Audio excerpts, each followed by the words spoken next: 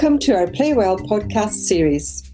My name is Marguerite Hunter-Blair and I am Chief Executive of Play Scotland, the national organisation for play.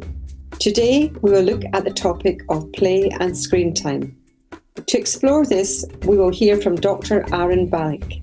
Aaron is a psychotherapist, author and psychological consultant with a special interest in the psychology of technology. He is the author of the children's self-help book, Keep Your Cool. Here is our Learning and Development Officer, Jenny Lester, catching up with Aaron. Hi, Aaron. Thanks so much for joining us on the podcast. Hi there, Jenny. It's a pleasure to be here. Thanks. Could you please start by introducing yourself and telling us a little bit about what play means to you?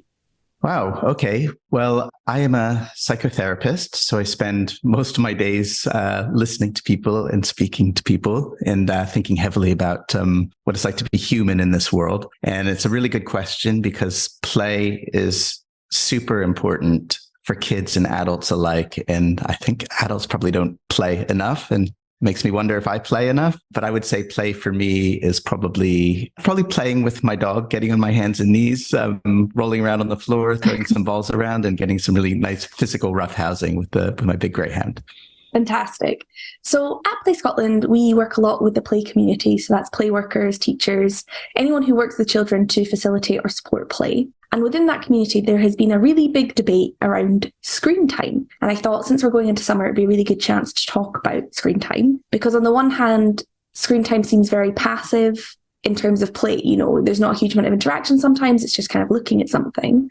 But on the other hand, sometimes it is what children and young people want to do. So then from a child's rights perspective, we should respect that to some extent because play is what children choose to do. So if that's what they're choosing to do.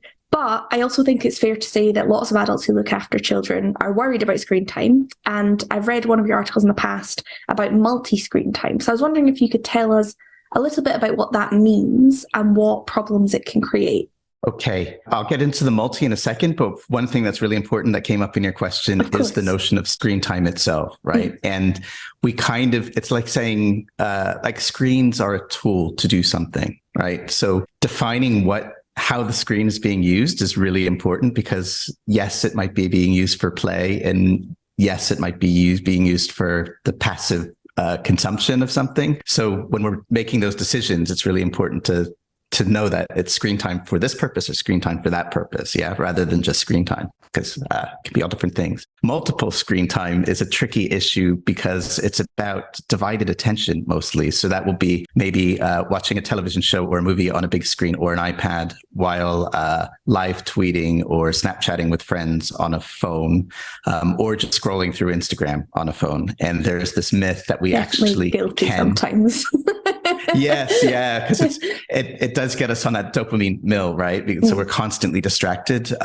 But really, regardless of what people say, human beings are really not very good multitaskers. So multi-screening in general is not really a good idea for developing your attention.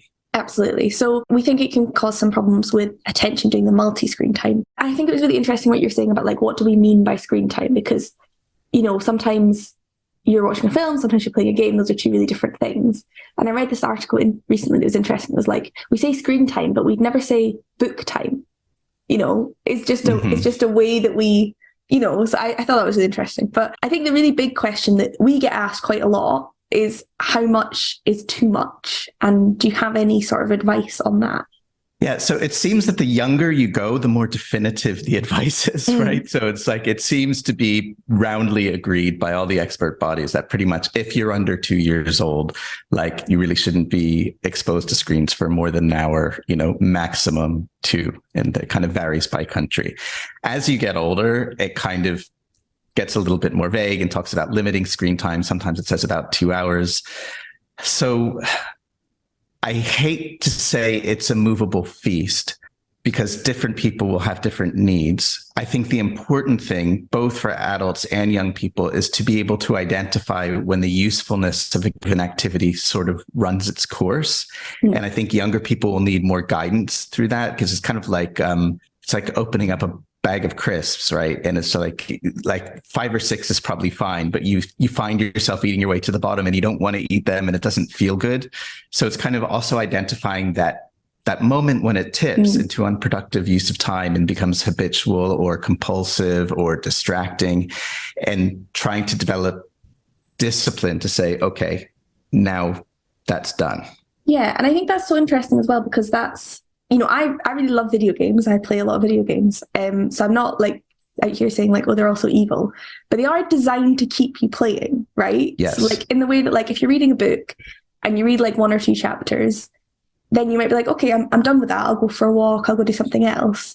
Even if the most compelling, obviously there's some books you can't put down, but like, even with the most compelling book, sometimes you're like, okay, I'm going to stop. But video games that, the whole thing, like the level design, the music, everything is like, keep playing, just 5 more minutes. And sometimes, find you've played for like 3 hours, you stop and you're, one time I had it, my game crashed and I looked at my watch and I'd been playing for a very long time and I was like, oh, I'm hungry. I need to pee. I need to go outside. I need to stretch my legs. And like, you don't even notice all of these things because it's so absorbing. And I think that's really interesting there that you're talking about. The time maybe isn't the most important thing there, but it's knowing how to stop, and it's being able to take a break from it, and it's working out how to do that best for you. Because I think when we're setting timeframes with a certain amount of hours, like 2 hours, for example, well, if you all want to watch a movie together as a family, is that all the screen time your children get all day? Yeah. And also we know a lot of schoolwork requires screens as well.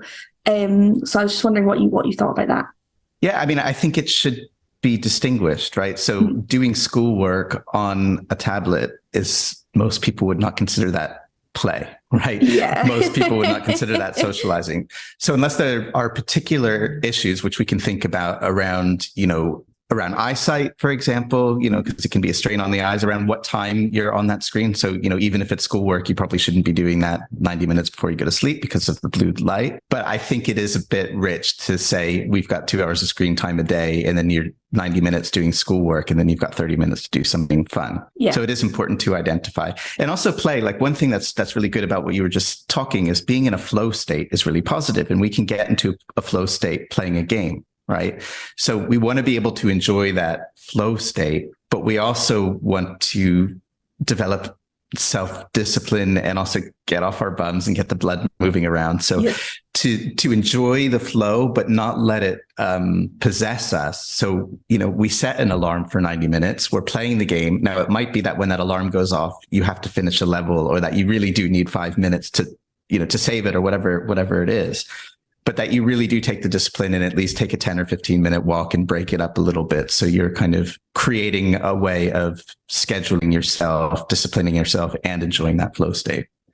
Absolutely. And I think, we talk a lot about play, the importance of play being varied and diverse. So not just playing the same game every day, and not necessarily to do video games, but any type of play. And because we've got these 16 types of play and all of them build different skills and development needs. So actually, if you're just doing one, that's not going to be great for your development. So I think, that sort of breaking up of the flow is important. So then you might go do something else.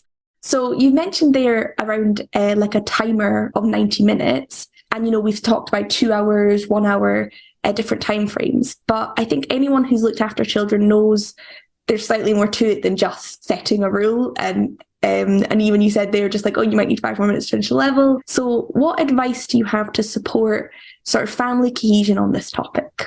So this is also kind of age dependent, and it increases sort of with age, and it's basically negotiation, right? So rather than setting down really harsh boundaries about what should or shouldn't be done, it's negotiating with your children the whys and the hows. So, why is it that you don't want to let go? How much time do you think you need? What are you using in that time? And can we come to some kind of an agreement together about what's going to be optimal? And the kids get to weigh in too, because, adults are not immune to attention going onto a mobile phone when their child wants attention as well. So it's kind of like, how about we both use this time to do whatever it is? You can agree whether it's schoolwork or playtime or social media or whatever. But then, at the dinner table, it stops and phones go in the basket and we have some family time. And when we watch a movie together, it's one screen because it's a communal activity, right? So some of it's going to be, a little bit top down because there does have to be a boundary ultimately made.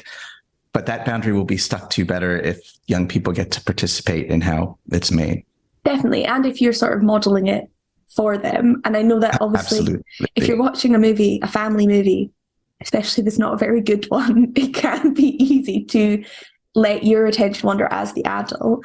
But I think that's a really good time to practice observing your children and the way they're interacting with it. And that can then lead to some really nice play later. Notice which characters they're enjoying and where they're excited and when they're bored. And then later you can use that, to talk to them about it. There's Absolutely. I don't have any kids myself, but like nieces and friends' children and things, you're like, oh, how was school? Fine. You're never going to get a good answer from that. But it's like, oh, do you remember last night we were watching that film and they said this joke, like, oh, I heard something like that today, and it's just like bringing in, like, they're interested in it.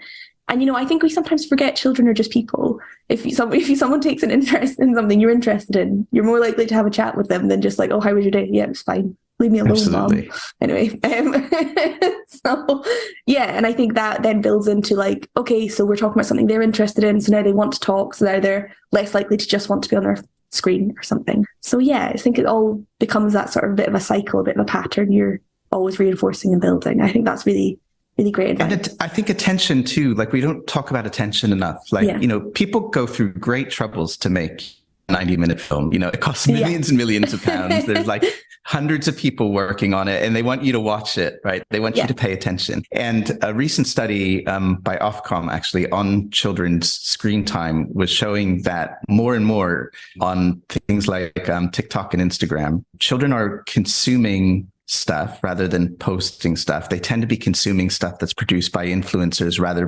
than by their friends. So social networking is becoming a lot less social and it just becomes short content consumption, right? So when you get used to 10-second, 20-second, 30-second videos, one after the next, it is actually difficult to watch a movie for 90 minutes without that kind of disruption. But from it's a very different gain. And then actually developmentally, we want to work with our children and ourselves because we're all losing that kind of capacity to hold attention of the richness of a good film or the richness of being able to sit and even I struggle with this these days, reading a book, an entire chapter of a book, to really get into that world without checking your phone. So just developmentally, it helps us develop concentration, attention, delaying gratification, which are really great skills to have later in life. Definitely. And I think it does lead into that sort of, I'm obviously going to bring it back to play, but, if you are wanting that sort of like, if you're used to that thing of like now, more short and things, then sometimes go like, oh, let's go to the park. That doesn't actually sound that exciting, even though it's way more exciting. I read something recently about so when I was growing up, YouTube was the big thing. And the way that works is you read the video title or you see the picture and you click on it and then you watch the video. So you're picking to watch something. Whereas on Instagram and TikTok, because you have your feed and you're just scrolling through it, you're picking to keep watching something. So if something doesn't grab your attention in the first literally 3 seconds, you just give up on it and you go to the next thing. And you're not deciding what you want to watch unless you're searching for something. You're really not. So it's really like this lack of mindfulness, lack of like decision making. And it just and it's constant.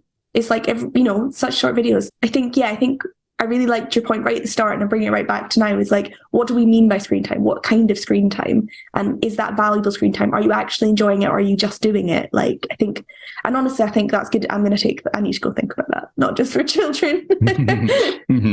Yeah, and distraction isn't play, right? So making that distinction as well. So, 30 minutes watching reels on Instagram is distracting and can be gratifying. I've experienced it myself, but it's not creative play. No. So if you're doing Minecraft, for example, on a screen and you're creating these whole worlds, it's a very different engagement than just passively and maybe consuming. Talking to your friends at the same time and like all of these sorts of things, like in that way. Yes. Okay. Well, that was really fascinating, Aaron. So thank you so much for joining us. You're very welcome.